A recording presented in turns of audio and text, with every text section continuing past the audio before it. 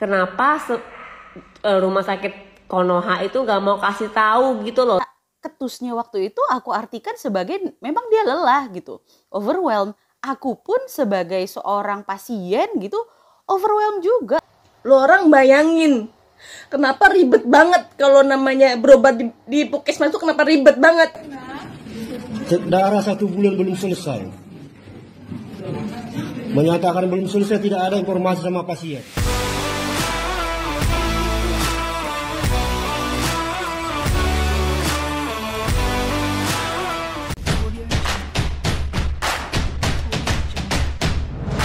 Halo pemirsa, bertemu lagi bersama saya Borunaga.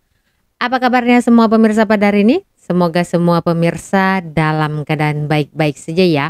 Baiklah pemirsa, di video hari ini saya akan mengajak pemirsa untuk mendengarkan ya keluh kesah rakyat Indonesia tentang pelayanan rumah sakit ataupun puskesmas di Indonesia sana, dan juga ada curhatan orang Indonesia mengenai pelayanan rumah sakit Indonesia dan juga Malaysia. Seperti apa? Cium. Jadi bagi bapak-bapak tuh ya yang jaga di Puskesmas, kenapa sih orang berobat harus dibuat ribet?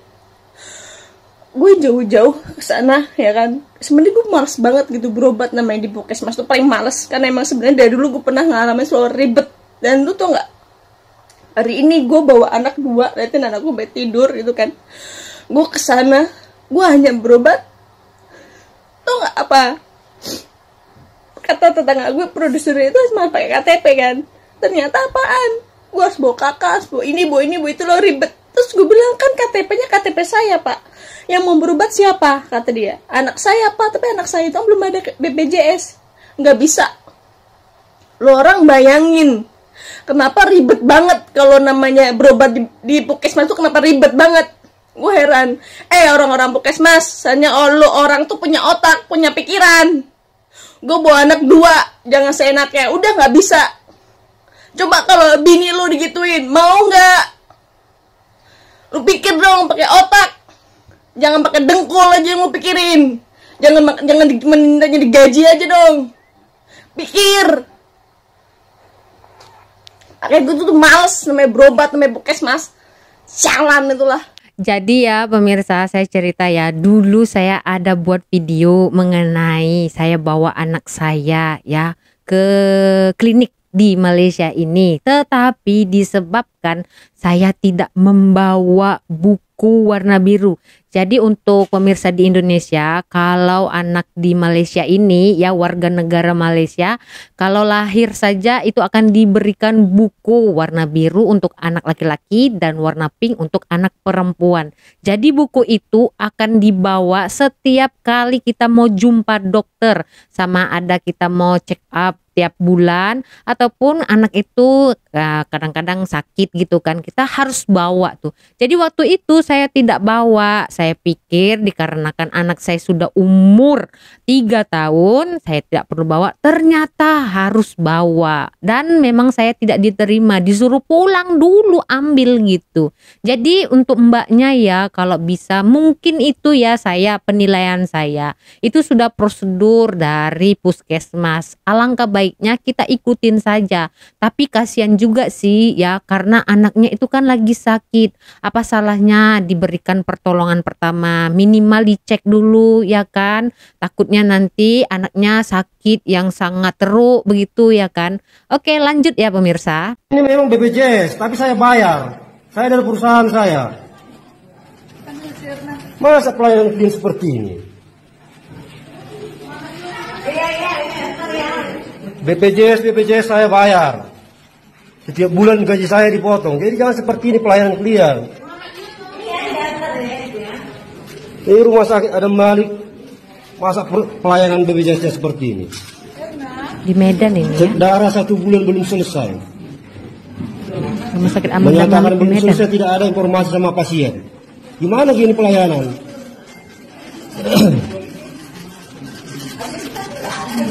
Saya jauh-jauh dari Indrapura sana, nunggu 1 bulan, sampai kemari 1 bulan belum selesai juga hasilnya. Saya memang berobat BPJS ini, tapi saya bayar ini. Jangan seperti ini pelayanan BPJS. Kok ditinggal? Di rumah sakit ada pasiennya? malik nggak beres ini. Pak, oh Pak, mau cek darah Pak? Mau cek darah? Istri saya udah 1 bulan cek darah nggak selesai. Nggak selesai ini dana malik ini. Ya. Bapak mau cek darah? Iya, istri saya 1 bulan cek darah nggak selesai sampai hari ini. Ya, nggak selesai. Jadi sia-sia Pak, sia-sia. Beginilah pelayanan di rumah sakit ada malik ini. Ya. Ini mereka ini tidak memikirkan pasiennya. Saya hari ini nggak bekerja. Wah, cukup lama ya cek darah, tidak siap lagi hasilnya, udah 1 bulan. Kalau di sini saya rasa 1 jam atau 1 hari itu paling lama selesai.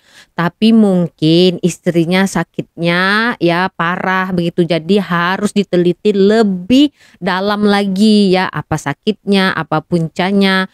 Tapi ya kalau dilihat tadi, kenapa ditinggal pasiennya lagi ngomong. Ya mungkin agak bete ya kan, karena direkam begitu kan. Jadi ya sikit-sikit viral aja nih sekarang, di zaman sekarang ini sikit-sikit viral. Orang juga kadang nggak suka digituin ya kan. Oke, lanjut ya. Hai, kita cerita aja.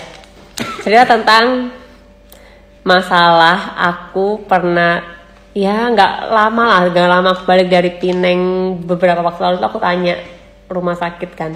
Aku tanya estimasi loh, bukan aku mau melakukan. Aku cuma tanya harga estimasi ke rumah sakitnya. Aku telepon lah sama admin ke rumah sakit. Kan maksud aku tuh kalau estimasi ya palingan tau lah ya kisarannya. Mereka nggak mau kasih tahu. Mereka bilang harus ketemu dokter dulu ya, gitu. Lah ngapain? Aku bilang aku cuma mau tahu harganya dulu. Jadi aku kumpulin uang dulu. Aku bilang begitu sama adminnya. Nggak bisa, harus ke dokter dulu katanya gitu. Jadi kan dokter kasih tahu penyakitnya apa aja lah. Aku tuh cuma mau tanya estimasi harga. Aku bilang steril, misal aku mau steril tuh misalnya gitu.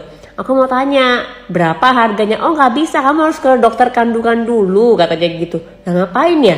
Kan cuma tanya estimasi kan. Belum tentu kita tuh mau melakukan atau enggak, cuma pengen tahu harganya aja gitu. Nah, pas kemarin aku ke Pineng check up, aku tuh merasa terkejut gitu loh. Maksudnya tuh mereka itu enggak bertele-tele. Aku lagi kontrol sama dokter aku. Nah, pas ada telepon masuk ke ruangan dokter itu. Kayaknya yang telepon tuh pasien lamanya dia. Soalnya bisa telepon ke ruangan itu. Yang bisa telepon ke ruangan itu tuh pasien lama ya. Jadi kalau pasien baru pasti harus admin depan. Kayak aku, aku bisa telepon ke ruangan dokter itu langsung. Nah, pas aku kontrol ada yang telepon. Kayak si penelpon ini tuh tanya harga mau operasi pankreas gitu loh. Susternya tuh bilang segini, harganya segini. Terus dia susternya confirm lagi ke dokternya, aku bener kan dok harganya segini. Si dokternya bilang iya. Maksud aku tuh mereka tuh nggak bertele-tele gitu, langsung dia kasih tahu, nggak perlu pakai embel-embel kamu ke dokter dulu ya biar dicek penyakitmu apa. Kan cuman tanya operasinya itu harganya berapa kira-kira. Kenapa rumah sakit Konoha itu nggak mau kasih tahu gitu loh, dan harus ketemu dokter. Tujuan kita tuh kan jelas mau operasi ini estimasinya berapa, jadi kita bisa kumpulin uang dulu. Kalau ada uangnya kita baru ke dokter gitu loh. Kok mereka tuh merahasiakan harga? Kenapa tidak dibuat gampang pasiennya, ya nggak? Nanti kalau kita ke rumah sakit nggak ada duit buat bayar gimana? Siapa tahu sudah tahu ada harganya, kita harus kerja keras buat surgery di rumah sakitnya. Tapi mereka tidak mau, mereka harus ketemu dokter dulu. Kenapa bertele-tele? Jujur ya, saya nggak paham lah apa sih kenapa selalu orang-orang di Indonesia sana nyebut itu negara Konoha. Kenapa disebut Konoha sih? Pelek aku. Aneh kadang-kadang. Jadi yang saya nilai di sini kakak ini cuma nanya harga ya, bagaimana harga kalau mau operasi itu di rumah sakit itu berapa begitu kan. Jadi adminnya nyuruh kakak ini, Cece ini datang langsung untuk jumpa dokter.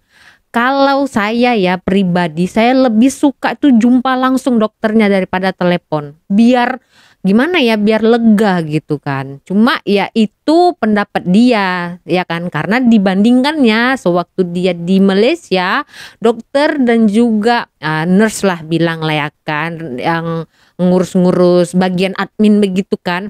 Jadi ditanya langsung bisa jawab harga untuk buat operasi. Tapi tadi Cece ini bilang adminnya juga verify balik kan ke dokter biar lebih jelas harganya berapa. Kalau saya sih lebih lega gitu, lebih puas kalau nanya langsung tuh ke dokter ya kan daripada telepon. Itu saya ya kan. Itu kan pendapat masing-masing ya kan. Oke, lanjut. Kayaknya kita harus sudah stop deh perdebatan soal dokter Indonesia versus dokter luar negeri ini. Karena perdebatannya menurut aku salah sasaran. Yang berantem itu sesama rakyat. Dokter itu kan rakyat. Pasien juga rakyat. Padahal fokus kita tuh harusnya di pejabat. Kalau para pejabatnya 6 bulan sekali medical check up ke Singapura sambil jalan-jalan, ya kita juga sebagai rakyat pengen dong. Kan pasti ada alasannya kan mereka medical check up ke luar negeri. Kenapa? Karena pengen yang terbaik. Nah, kita juga pengen yang terbaik. Kalau pemerintah yakin bahwa sistem kesehatan Indonesia itu sudah memenuhi standar gitu ya, sudah lumayan baik kalau dibandingkan sama Singapura, ya udah kenapa nggak pada medical check up di Indonesia? Biar kita ikutan. Jadi dicontohin dulu. Terus nih ya, argumen yang paling banyak dikeluarkan dari kalangan pasien adalah dokter di Indonesia itu kurang informatif. Kalau ngasih informasi itu cenderung setengah-setengah, terburu-buru, atau bahkan marah-marah. Nah, banyak juga yang komplain soal nggak sensitif, nggak empatik gitu. Aku adalah orang yang bisa dibilang korban dari dokter yang kurang empatik seperti itu. Ketika anakku mau mendapatkan diagnosa speech delay, dokternya malah terang-terangan bilang ke aku, saya nggak yakin anak ibu bakalan bisa ngomong. Buktinya sekarang anak aku nggak hanya bisa ngomong, bisa belajar dengan baik, di sekolah yang baik, bahkan jadi juara kelas gitu. Dulu sih aku marah banget, kenapa ya dokternya ngomong kayak gini gitu. Tapi setelah aku menjalani terapi 2,5 tahun di klinik di mana dokter ini berpraktek, aku tuh sehari-harinya ngeliat dia itu bisa mendiagnosa anak pasien demi pasien dari pagi, bener-bener pagi banget, sampai nyaris malam. Itu berdatangan dan waiting listnya untuk didiagnosa sama dokter ini tuh bisa 2 bulan 3 bulan gitu. Dan ada juga orang tua yang bandel, udah dapat diagnosa, udah dikasih referensi harus terapi berapa kali, tapi orang tuanya cari dulu, anaknya dibawa ke dukun dulu, alternatif dulu. Padahal anaknya jelas-jelas ADHD nih, tapi dibawa ke dukun gitu ya. Terus ujung-ujungnya setelah semua keadaan makin parah baru ke dokter lagi gitu. Gimana dokternya nggak frustrasi? Jadi kata-kata ketusnya waktu itu aku artikan sebagai memang dia lelah gitu, overwhelmed. Aku pun sebagai seorang pasien gitu overwhelmed juga lah. Of course aku baper. Aku rasa semua orang tua yang membawa anaknya ke rumah sakit itu udah baper duluan. Pertama itu anak kita, kedua anak kita sedang dalam keadaan gak berdaya, terus dapat diagnosa dengan kata-kata gak ngenakin. Tentu aja kita baper gitu ya. Jadi sebenarnya memang tugas dokter itu idealnya memberikan informasi, menenangkan kita, mengedukasi gitu ya. Tapi gimana dokternya bisa mengedukasi kita kalau dia udah kebayang nih di belakang kita ada 20-30 antrian lain. Sementara dia juga adalah seorang manusia biasa yang bisa capek, mikirin keluarganya dan lain-lain. Jadi di Indonesia itu memang masalahnya dokternya kurang, gak banyak tenaga dokternya. Apalagi kalau di dunia kesehatan anak. Aku pribadi pernah mengalami di mana anakku harus berurusan sama dokter spesialis ortopedi anak. Namanya dokter Aryadi. Aku nongkrongin dokter Aryadi, nungguin dia praktek tuh bisa sampai literally jam 12 malam. Itu ngobatin anak kecil loh. Jam 12 malam. Jadi aku rasa kalau misalnya dokternya lebih banyak, fasilitasnya lebih mendukung, gaji mereka juga lebih mendukung. Karena banyak loh dokter yang gajinya kecil gitu ya. Mungkin kita bakalan ketemu sama dokter-dokter yang lebih ramah. Kesehatan mental mereka mungkin juga harus diperhatikan gitu. Jangan-jangan nggak ada yang ngecek kesehatan mental para dokter sehingga banyak yang temperamen gitu dokternya. Nah, sekarang apa nih langkah pemerintah untuk menambah kekurangan suplai dokter di negara kita? Apa kek? Kasih beasiswa kek? Sebanyak mungkin mahasiswa fakultas kedokteran? Jadi menurut aku udahlah, kayak perdebatan ini nggak produktif kalau kita sama kita yang berantem, rakyat sama rakyat. Kita fokusin energi kita untuk menuntut pemerintah untuk ayo dong perbaikin sistemnya, karena ini sistemik. Beberapa dokter emang nyebelin, I know, karena secara personal udah pernah ketemu sama dokter-dokter nyebelin gitu ya. Tapi banyak juga kok dokter yang humble, di medsos bertebaran dokter-dokter yang mendedikasikan waktunya untuk berbagi ilmu secara gratis untuk kita. Ada juga dokter-dokter kayak dokter Aiman yang menghibur kita, pertanyaan netizen semuanya dia jawab. Jadi fokus kita, mari kita dorong pemerintah untuk memperbaiki sistem kesehatan kita untuk kebaikan kita semua. Semoga habis ini akun aku nggak hilang. Ujung-ujungnya takut akun hilang. Jadi ya kan, benar ya apa yang dikatakan Mbak ini, saya setuju. Sebab dokter agaknya ya, yang saya pahami dari penuturan Mbak ini, dokter di Indonesia itu kurang. So bayangin aja tadi ya, dia satu dokter untuk berapa pasien itu cukup melelahkan. Tapi ya sangat disayangkan kalau ya empati itu nggak ada. Contohnya tadi dengan apa yang dialami Mbak ini, dokter itu mengatakan anaknya nggak bisa ngomong lagi. Itu udah membuat kita patah hati, betul-betul sedih. Dimana kita ini bawa anak kita untuk berobat, tapi dokter sendiri langsung memvonis anak itu nggak bisa diapa-apain gitu ya kan. Sementara kita nggak tahu ke depannya seperti apa. Jadi saya cerita ya, anak saya juga speed delay ya. Dulu itu pertama sekali diagnos itu dokternya sangat menjaga ya. Saya cukup putus asa awalnya ya, sedih ya kan. Tapi dokter yang menangani anak saya itu mengatakan, don't worry mami ya, semua akan baik-baik saja ya. Ini belum lagi terlambat, masih ada masa untuk merubah. Kita yakin anak mami akan pulih dalam bercakap ya, takkan lagi lambat karena ini masalah masa. So apa yang mami perlukan ya, memberikan mereka masa bersama untuk bercerita. Itu tak ada mereka memponis anak saya langsung nggak bisa cakap. Sekarang si Rafael itu, oh my god, mulutnya kalah burung murai pemirsa. Jadi yang kita harus dorong itu adalah atasan, sistemnya, bukan dokternya, bukan perawatnya. Jadi tolonglah ya untuk orang-orang di sana yang suka marah-marah sama dokter itu, tolonglah kalian respect sedikit lah kepada petugas kesehatan. Mereka juga punya perasaan, capek, lelah ya. Tapi kalau kita nggak respect dengan mereka, wah kayaknya mereka juga bisa tertekan, ya kan? Nah semoga ya ada perkembangan di bidang kesehatan di Indonesia sana. Kita berdoa semoga Indonesia semakin maju dalam segala sektor, ya kan? Amin amin. Oke, jadi begitu saja di video hari ini ya pemirsa. Sedikit dan banyaknya penyampaian dan komentar saya mengenai beberapa video ini. Ada kesilapan, saya mohon maaf ya pemirsa. Saya langsung tidak ada niat untuk menyinggung perasaan mana-mana pihak. Ini sekedar sharing agar ada perubahan ke masa hadapan. Kita berjumpa lagi di video selanjutnya. Saya Borunaga, terima kasih. Bye-bye.